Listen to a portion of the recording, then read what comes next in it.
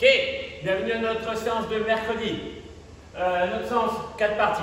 La première, le warm-up, se compose de 5 tours. Un tour est composé de 8 plis au lunge. Plis au lunge, comme d'hab, le dos bien droit, genou devant, genou en bas, 90 degrés. Je vais me redresser et changer de jambe. J'en fais 8. Je change bien pendant le saut. Une fois que j'ai terminé mes 8 plis au lunge, 10 push-ups scapulaires. Les mains sont sous les épaules, les coudes sont proches. Je serre les abdos, je serre les fesses. Position de gainage. Je descends simplement les épaules, le buste entre les bras en gardant les bras tendus et je remonte. Je descends et je remonte. Je ne fais pas ça. C'est vraiment qu'avec le haut du corps et j'active. Je désactive, j'active mes épaules.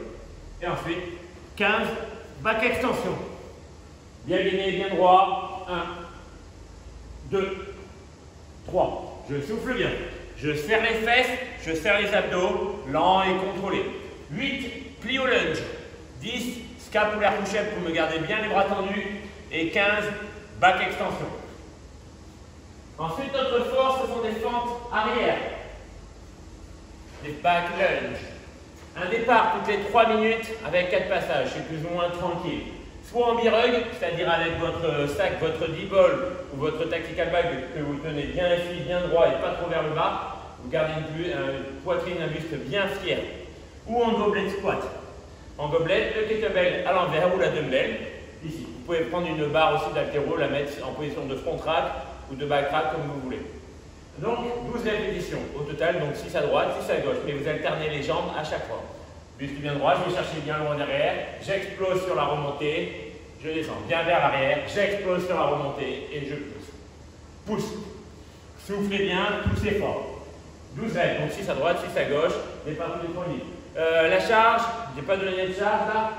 Ça doit être un renfort mais qui doit être dur. Donc vous prenez une charge adaptée, il faut que ce soit quand même lourd et que vous soyez dans la difficulté de faire les 12, mais que les 12 rentrent facile dans la minute quand même. Ok? Ensuite, on a un functional bodybuilding, LBB. 5 tours, arrivé, not for time. 5 RFT, round, not for time, pour ceux qui se posaient la question.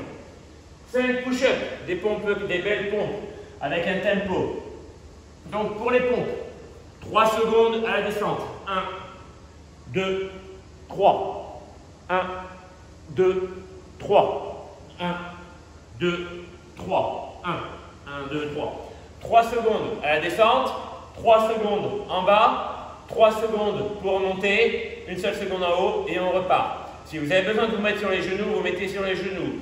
Ça peut être dur pour certains, vous n'êtes pas obligé de faire les 5 d'un coup. Vous pouvez faire 3, bouger les bras et faire les 2 dernières pompes. Okay.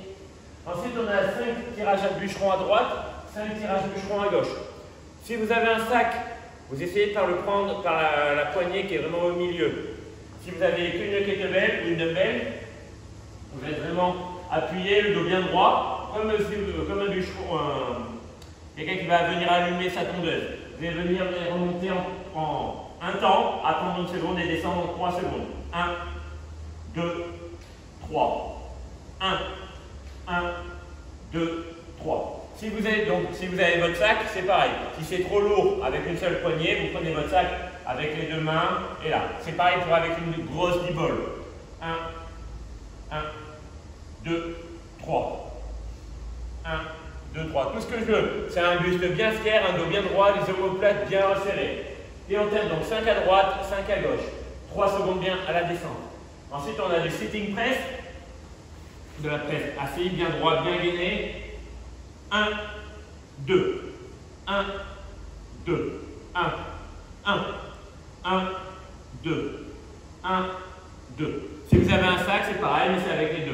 Mais vous faites que 5 reps aussi avec le sac. 2 secondes de pause en haut, 2 secondes pour descendre, un temps et un temps. 5 reps à droite, 5 reps à gauche. Donc 5 tours, arrivez tranquillement, vous prenez le temps.